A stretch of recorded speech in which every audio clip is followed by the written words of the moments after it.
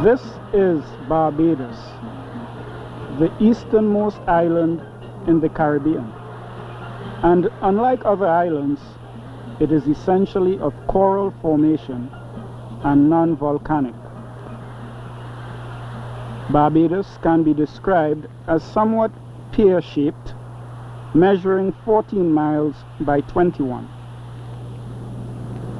It has a population of more than 260,000, of which 90% are black. It also has the distinction of being the most densely populated of the Caribbean islands. The capital, Bridgetown, was established in 1628 and was apparently so named after a bridge the Indians had left there. Today, it has approximately 100,000 inhabitants.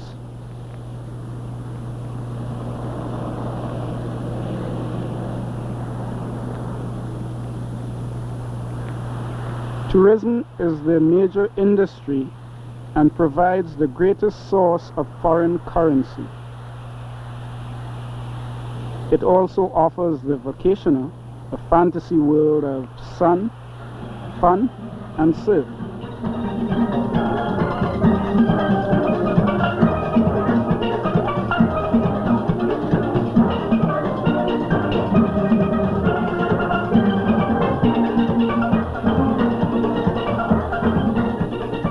The visitor whose interests range beyond a tour bus view of the countryside is quick to realize that, indeed, Barbados presents more than a beach lined with hotels. The villages, plantations, the hills and valleys cradle the soul of Barbados.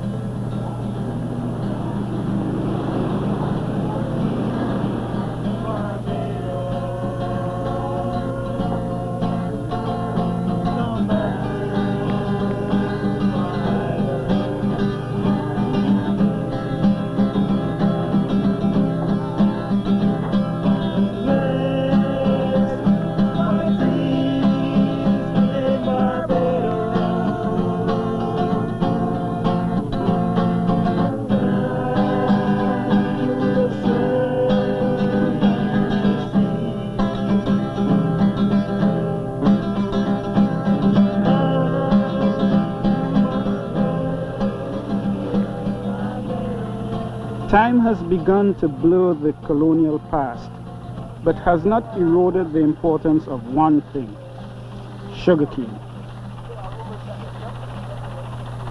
On an island with an area of 166 square miles, about 60% of the land is devoted to growing sugarcane.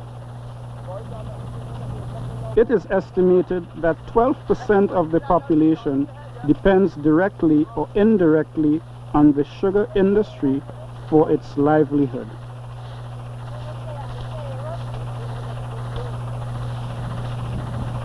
Sugar became so important to the economy of Barbados that it has become known as King Sugar.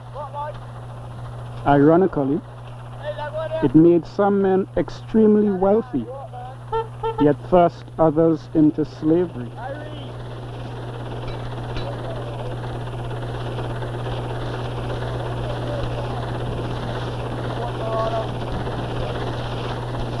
The manufacture of sugar commenced sometime around 1640. Now, over 125,000 long tons of sugar are produced annually. Not to mention some 2 million bottles of fine rum.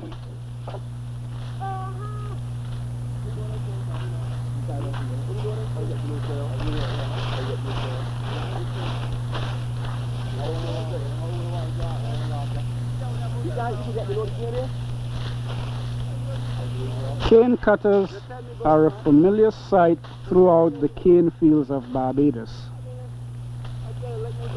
Yet their presence seems to plunge one into the pages of history. This manner of harvesting cane has not changed in over 3 centuries.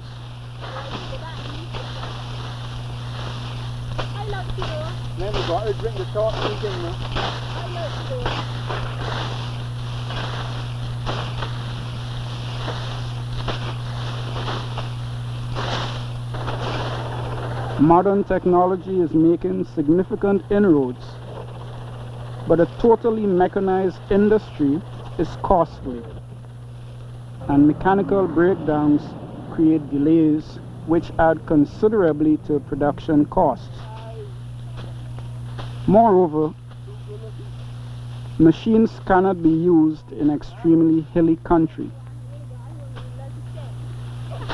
So for the time, the cane cutter remains. Once the task of cutting and loading cane is accomplished, machines take over.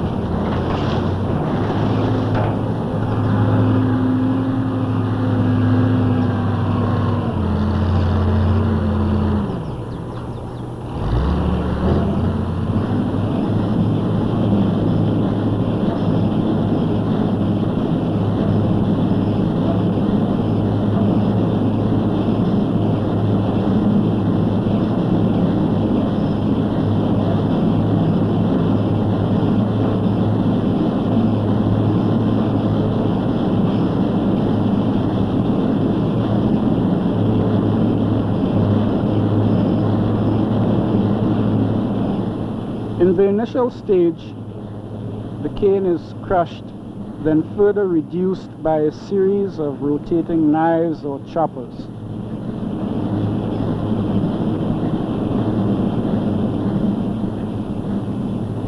Next, this material is thoroughly soaked. Later, it finds its way to the juice heaters, where it is boiled and the juice removed.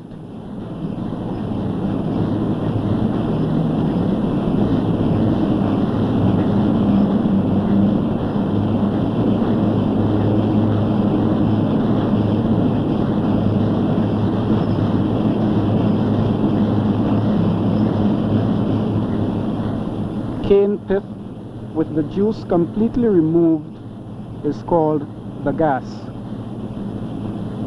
Though seemingly useless, it is not discarded. Among other things, it is used to fuel the furnaces which will ultimately provide power for the factory. Once the juice is cleared, it passes through evaporation stages until sugar crystals are produced. These crystals are spun around in a centrifuge to separate the molasses.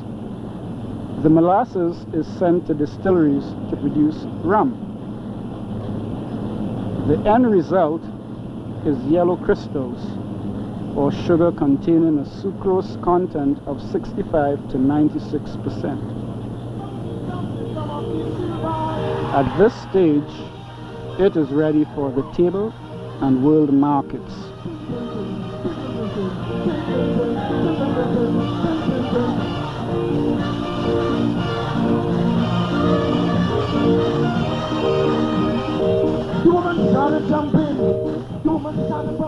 As the month of June approaches, the harvest is all but over.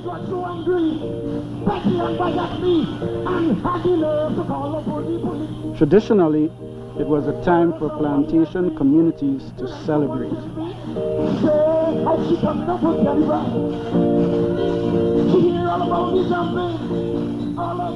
With the advent of mechanization, such rural festivals ceased until the Board of Tourism resurrected the cultural event into a month-long tourist attraction called the Crop Over Festival. The highlight of this national fete is Kadumet Day, which features a parade of masquerading groups depicting the island's heritage, its flora and fauna, and folk legends. And the streets of Bridgetown make room for day-long singing and dancing.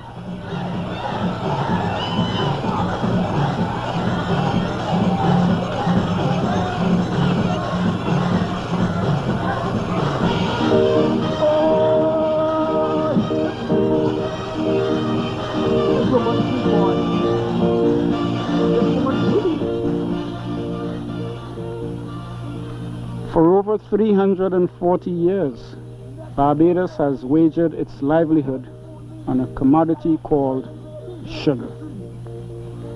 The question remains, will the future be as sweet as the past? She want pan, she want pan, she want pan.